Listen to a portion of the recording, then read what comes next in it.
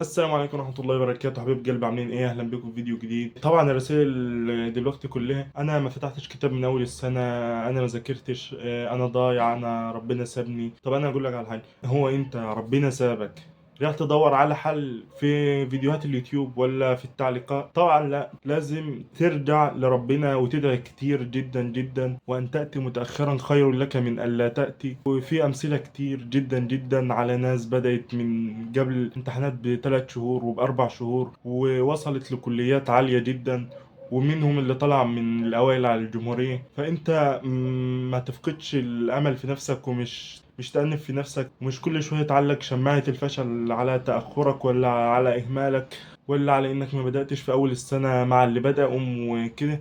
فأنت تبدأ من دلوقتي وتشد على نفسك، وممكن توصل، ممكن تسبقهم كمان.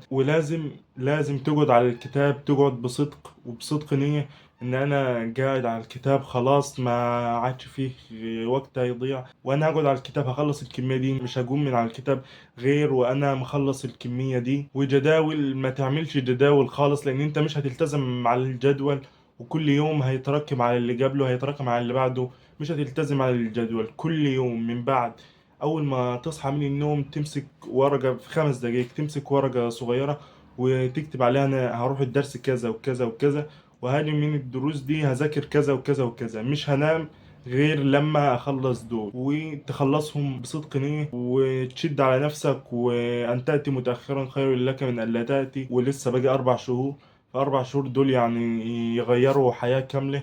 4 شهور يعني 120 يوم، 120 يوم كاملين. لو هتعمل ماجستير في المواد هتخلص المواد دي. لازم تشد على نفسك وتكفل على نفسك وتذاكر بصدق نية، ولازم تاخد بالأسباب وتسعى. وخلاص انت عليك السعي، مش عليك النتائج، ومش عليك انك تفكر في النتائج كمان، انا ايه النتائج اللي هتجيلي، لان دي كلها من عند ربنا. هو اللي بيوزع الارزاق، وهو اللي يديك النتيجة بتاعتك على قد سعيك وعلى قد اخلاصك. ولازم نفتكر قول النبي صلى الله عليه وسلم: اذا قامت القيامة وفي يد احدكم فسيلة فليغرسها. الفسيلة دي اللي هي ايه؟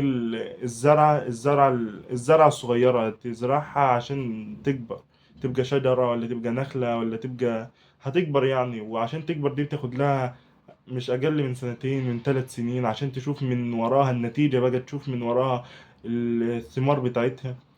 فانت سنتين، انت القيامة قامت، خلاص هتكبر امتى؟ انت ما عليكش النتيجة دي مش عليك انت عليك السعي وخلاص.